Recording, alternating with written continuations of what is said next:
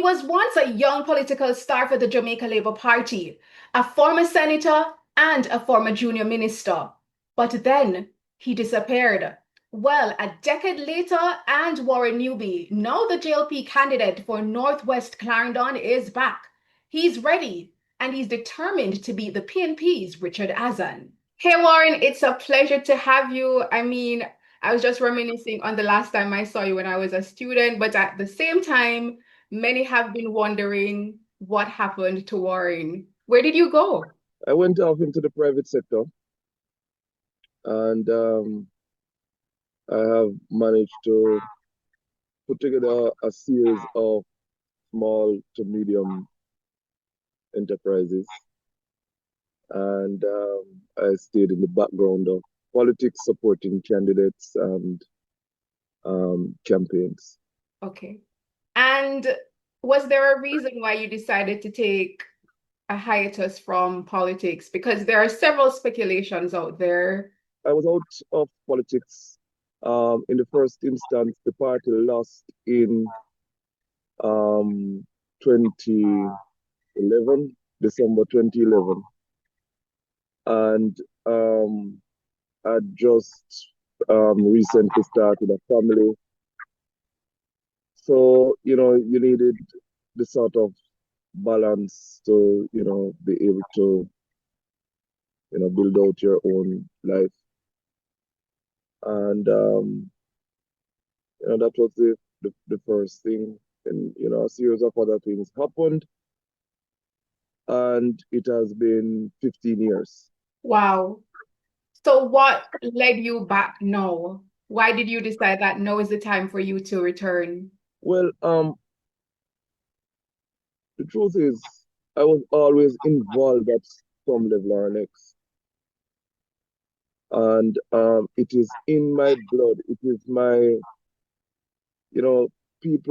people often search for their purpose in life. Like I've wanted to be a politician my entire life.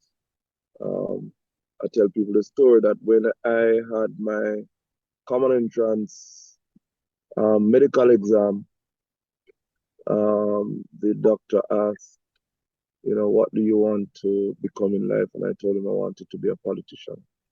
So I was 11 plus years old. So it is my apex desire to serve my country through this medium. And you've come back with a bang, representing the JLP in Northwest Clarendon. And of course, there was the internal election earlier this year, a couple months ago, which you won. How has the reception been towards your return? Well, it has been good. I've gotten a lot of very favorable responses.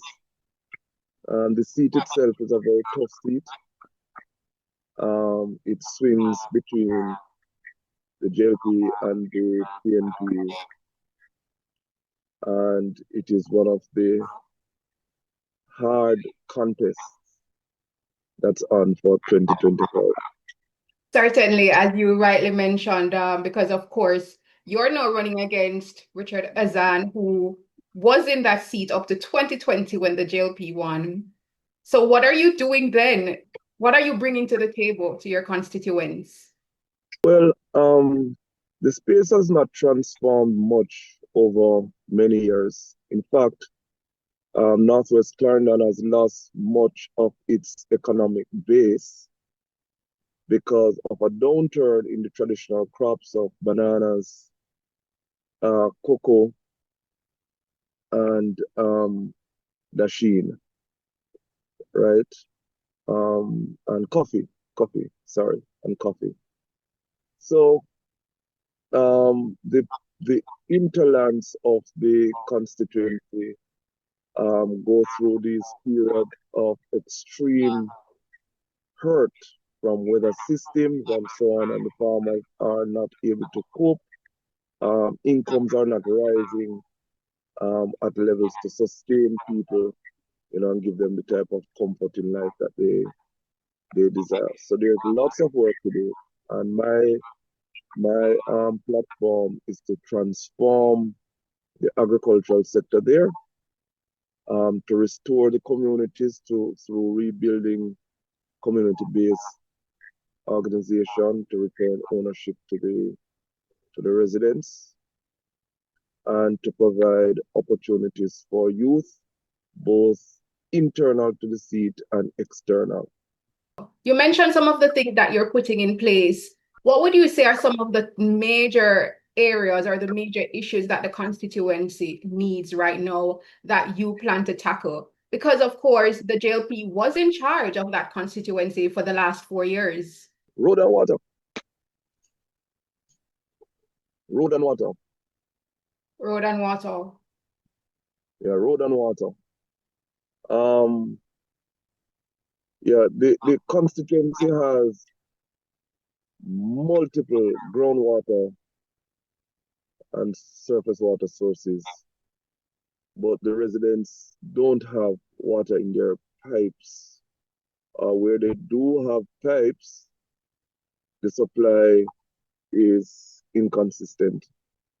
So my first project is a redesign of the water distribution system in Northwest Clarendon to look at those who are getting, those who are not, reasons why they are not getting, reasons why they are not getting it consistently, and to projectize, providing the service in an efficient and equitable way. And is there a particular reason why you chose Northwest Clarendon? Do you have a certain sort of affection or relationship towards that particular constituency, or it was just the one that became available? I have a long-standing relationship with Northwest Clarendon that started many, many years ago. One of my uncles used to work there, and I would periodically visit. I have family there. One of my grand uncles settled in a community called Peckham, so I have lots of cousins and relatives all across the constituency. But importantly, I served in the seat as campaign manager for Michael Stern in 2007.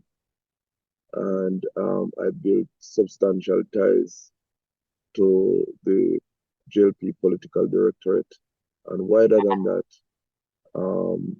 with residents in communities. So I'm remembered, and I think it's just the right fix because of my passion for rural development. Certainly. You of course did mention in terms of the fact that the constituency swings both ways. The fact that Richard Azan has been the MP before and you're the newcomer to the constituency, even though the JLP currently is at the helm of the seat, what are you bringing differently than Azan to make sure that the JLP takes it? Well, I'm not so focused on what Richard's campaign is. This is a sales pitch that is between myself and the resident. So I am talking directly to people about their needs and their concerns and how they are to be fixed, right? I'm applying my mind to solutions. So when I sit on verandas, my conversations are not about Richard. It's more about the problems that the people have and how it is that they can be solved. And previously, of course, in your past political life, you were a senator. So a former senator, a former junior minister. Should the JLP win a third term? I know you're newly back into representational politics, although you mentioned you were always working behind the scenes. Is there a ministerial post that you're eyeing? No. Why not? No, I'm here to serve as a member of parliament. People serve as ministers at the discretion of the most honorable prime minister. All of us have ambitions to serve at different levels, but that is not my primary concern now. I have a huge task before me to get to the parliament, and I'm zeroing on that. And across that hurdle, it is my aim to deliver on the commitments that I'm making. So I'm not overly concerned about ministerial postings. I want to be the most effective member of parliament that Northwest Clarendon has ever had. Yeah. What are you seeing on the ground in your constituency, Northwest Clarendon, especially as a more rural area? Because what I had in a discussion with the other side, and they were saying that yes, the government has been, boasting of the successes in terms of crime and the economy, but it's not translating at the micro level. It's not translating to the people. What's the reality on the ground that you're seeing? I mean, I hear that nonsense criticism of not translating. Listen, that the people have paid no increase in taxes over 10 years is a direct benefit to people. That the past program has had probably 6 increases since 2016. That the minimum wage has similarly been increased such that the minimum wage earner is now at 5,000 US dollars per year, or just about that the per capita earning for Jamaica. Those translate to people, but there's a gap in rural development as it concerns infrastructure in the first place. We are not getting enough money in rural Jamaica to attend to the roads and water. And this is one of the things that the Spark program is attempting to fix. Okay. Mm-hmm. So we need, in order to attract investments, you want to have the sort of infrastructure, the ICTs, the roads, the water, to ensure that jobs can be created and created in a sustainable way. And so we have to look at the rural development agenda, how much money is coming from government, what are the sources we can leverage to get additional resources, and of course, engaging the residents in these communities who have assets, who have contacts, who have resources that are under-leveraged for their own growth and development. Some would say, Warren, that the JLP has had sufficient time to do it. And as the PNP says, time come. It's been, 2 terms already, almost 10 years. What would you say to them? Time come emerged out of the acknowledgement that there was very little room to criticize the government on. Crime was coming down. The dollar has been stable. Growth, though not rapid, has been consistent. The debt to GDP has been halved, etc. So when they searched around for the area in which they were going to anchor their campaign, they could find none. Hence, they came up with a nonsense slogan of time come. Time come for what? Time come for Jamaica to continue to grow, continue to prosper, continue to be led in a transparent, stable way. So we're not worried about that. The JLP has done right for Jamaica and will continue to do right for Jamaica in the third term. No one can question the popularity of Andrew Holness. He's, very popular. But at the same time, of course, we've seen it played out in the media in terms of various issues, for example, with the Integrity Commission and all of that. And some may say that could possibly even cause him losing the election, or the JLP as a whole losing the election. Do you think the JLP will lose? No, the Prime Minister's popularity is earned. The people of Jamaica know that he delivers. They know that what he commits to doing, he does. And it is for somebody who is in his third stint as Prime Minister to have the sort of approval ratings that he currently enjoys is admirable right across the world, right?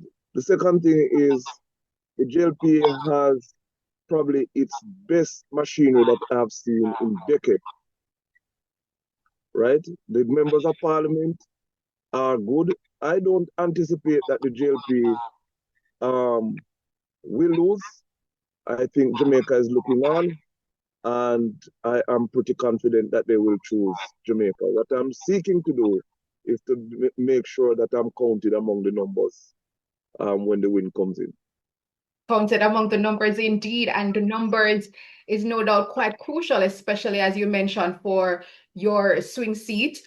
I remember, I think the last election, the person who you're replacing, Philip, is it Henriquez? Yes. Henriquez, he actually won by about 139 votes, and that was after there was a recount. So you would certainly, I would imagine, anticipate a very tight race. I do. And so what sort of machinery? If I come to Northwest Clarendon today, what am I seeing on the ground happening among your workers and among your team? I'll answer the question this way. You come to Northwest Clarendon, what you will see is the tip of the iceberg. The bulk of it is unseen. Is unseen. But we know that we live in a society these days where everything has to be seen for people to believe. Political strategy is not something that you put up for public consumption. But I think my social media pages carry the sort of message and the sort of work that I'm undertaking in this space. And the fact that you had time away, because as I mentioned earlier, you of course was seen as a young political star. You were, and the fact is you still looked actually very young. And the truth is, in the world of politics, you're actually still young. So I'm not. you're not? Well, looks are deceiving. Looks are deceiving. I thank you. I thank you. I thank you. Yes, but yes, so in the world of politics, so having had the privilege to, because I consider it maybe a privilege, because sometimes, you know, in life you need that break to reset, refocus, re-energize, return. And you've had that time away. What would you think, or what has been the major lesson for you during that time that you are now approaching things differently in terms of not just only in your constituency, but overall in your political career? Well, I think the major lesson is remain humble. You know, don't. There's three things really. I'd say remain humble. Don't internalize. And the third thing is just continue to be purposeful. You know, the rest of it, I want to be satisfied, Tamara, that I've done a good job at whatever it is that I'm undertaking. Politics is no less. I want to feel in this campaign that I've given it my all, that I studied the issues and I spoke credibly about them, that my workers from the political organization understands the mission and are comfortable to carry out the work that we have assigned them, you know, and just trust that it will all come together for good. All come together for good. I like that. On election night, when the results are counted? Give me a number of what you anticipate it will be. Both for your constituency, you against Richard Azan, and then overall nationally in terms of seats. I will win, and the JLP will win. Confident. Confident. Fantastic. Warren, any last message that you want to share with our viewers, those who are watching? You sound ready. You sound indeed that you've been refreshed and you have returned to representational politics. What's your message to people that they can look out for you? What do you want to say? I want to say to Jamaica, this is an opportunity for us to stand up as a country